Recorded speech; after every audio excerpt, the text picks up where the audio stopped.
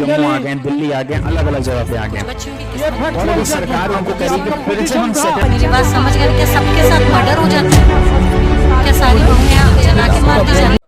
Hello students, my name is Krishna Kumar Jha.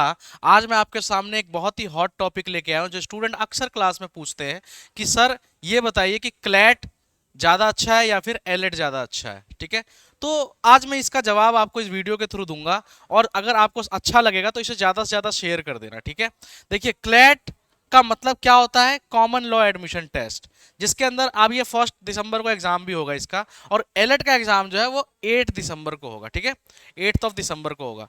तो CLAT होता है कॉमन लॉ एडमिशन टेस्ट, यानी देश की जितनी बहुत सारी जो एनएलयूज हैं उनके अंदर आपको एडमिशन चाहिए होगा तो आपको क्लैट का एग्जाम देना होगा। ठीक है, इसी तरह से आपको दिल्ली की एनएलयू अगर चाहिए होगी, आपको ओनली दिल्ली की एनएलयू दिल्ली, तो आपको एलेट का एग्जाम देना होगा। ठीक है, अब आपको यह डिसाइड करना है, देखिए दोनों ही अपने आप में टॉप का एग्जाम है लॉ स्टूडेंट्स के लिए। अगर आपको एलएलबी करनी है देश के टॉप लेवल के कॉलेज से, तो दोनों ही अपने आप में बहुत ही बढ़िया एग्जाम है। आपको इसमें डिफरेंशिएट करने की ज्यादा जरूरत नहीं है, बस आपको यह देखना है कि आपके कंफर्ट जोन के अंदर कौन सा कॉलेज आ रहा है ना, और कौन सा यूनिवर्सिटी आपको अच्छा भी लग रहा है। ठीक है, क्योंकि क्लैट के अंदर आप जब एग्जाम दोगे तो बेंगलुरु के अंदर बहुत बच्चे इंटरेस्टेड होते हैं। इसी तरह से सेकंड नंबर पे आपका एनएलयू दिल्ली भी आता है।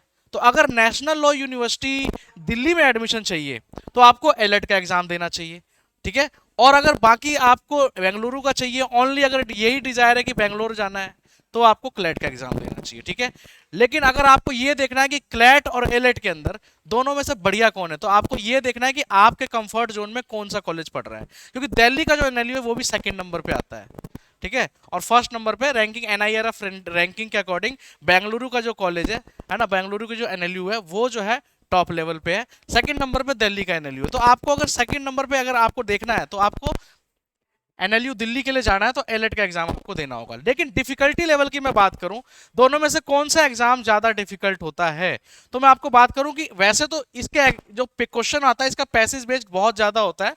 ठीक है, लेकिन लेवल डिफिकल्टी लेवल की बात करूं तो एलेट का एग्जाम डिफिकल्ट इसलिए हो जाता है क्योंकि उसके अंदर नंबर ऑफ स्टूडेंट्स ज्यादा होते हैं एज पर द सीट्स जो अवेलेबल है। उसके अंदर जो सीट अवेलेबिलिटी है वो बहुत कम है और स्टूडेंट्स बहुत ज्यादा है, तो इसलिए एलेट का एग्जाम ज्यादा कॉम्पिटिटिव हो जाता है। बिकॉज क्लैट के एग्जाम में तो बहुत सारे एनएलयूज आपके उसके अंडर में आते हैं, बट एलेट के अंदर केवल एनएलयू दिल्ली आता है, एनएलयू दिल्ली आता है, तो इसलिए एलेट का एग्जाम जो है ज्यादा कॉम्पिटिटिव हो सकता है। ठीक है, बाकी आप दोनों ही एग्जाम को फुल फिल कर लें ताकि आप ज्यादा से ज्यादा आपके चांसेस हो एनएलयू मिलने के। ठीक है, थैंक यू सो मच। अगर आपको ये समझ में आया हो तो वीडियो को लाइक कर देना और चैनल को सब्सक्राइब कर देना। Thank you so much.